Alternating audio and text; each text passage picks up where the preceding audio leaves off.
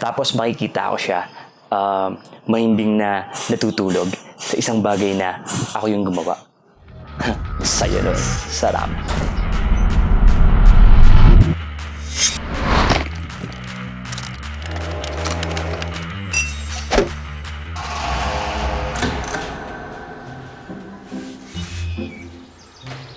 Nung nakalabas kami sa ospital, I have to reward him with a good piece of furniture, which is itong bedside crib or bassinet.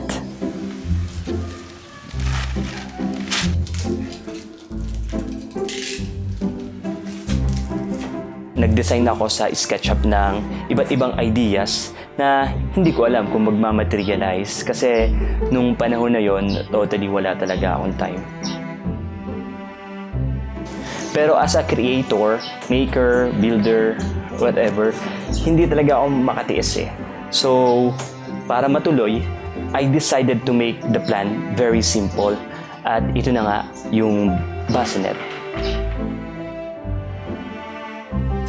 I started by cutting my woods to a rough length.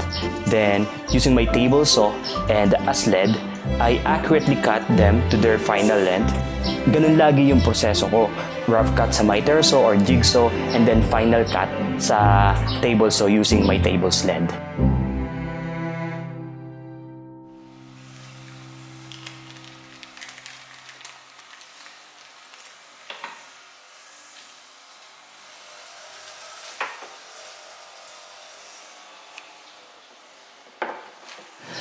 Ginamit ko ditong joineries, dowels, tsaka floating tenons. Floating tenons, mukhang legit!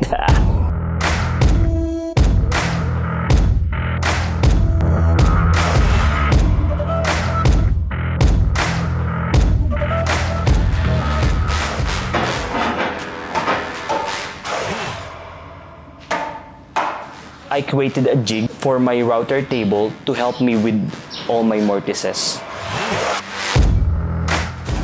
Madaming paraan para mag-mortise. Ang available ko lang ay router table.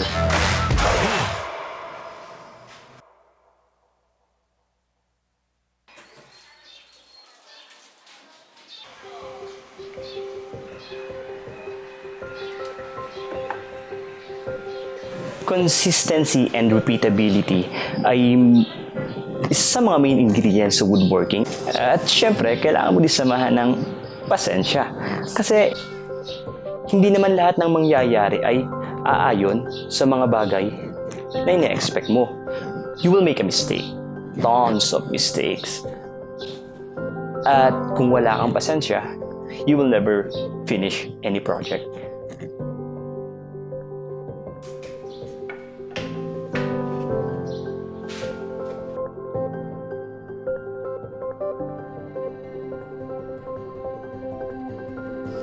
Ito yung pinaka-memorable na build ko since I started doing woodworks. Kasi throughout the entire build, ang nasa isip ko lang is yung happiness that Hugo gave to us and will give to us.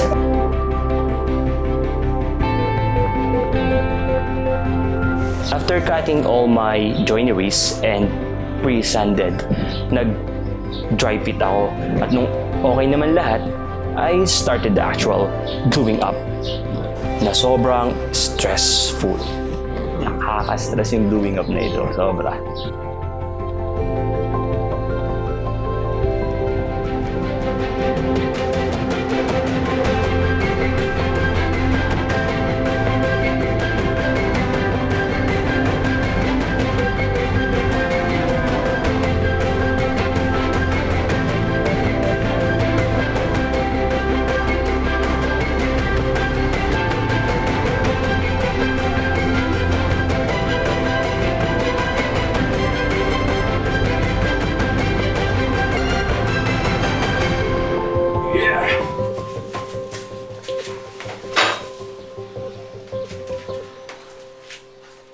Ito yung part na favorite ko, finishing. At first time kong mag-finish using polyurethane.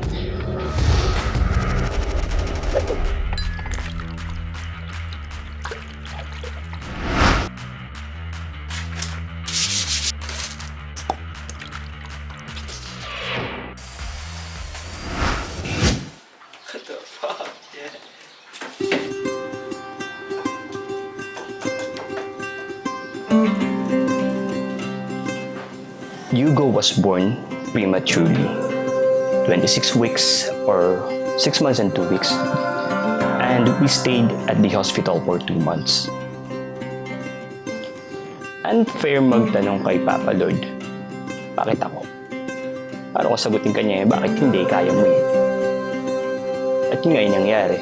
Na-realize ko na he just tested us, my wife and I. At ang result, Boss You Hugo. walked into the room, I couldn't keep my eyes off of you. Was it make-believe, or was it a dream? I've been waiting all my life. Itong Bassinet na ito ay token. This is a token ng pagmamahal ko sa iyo, Boss Hugo. So, paglaki mo at mapanood mo tong video na to, sana maalala or maalaman mo na you are a living miracle to us. At sana, maging miracle ka rin sa ibang tao. The rest of our lives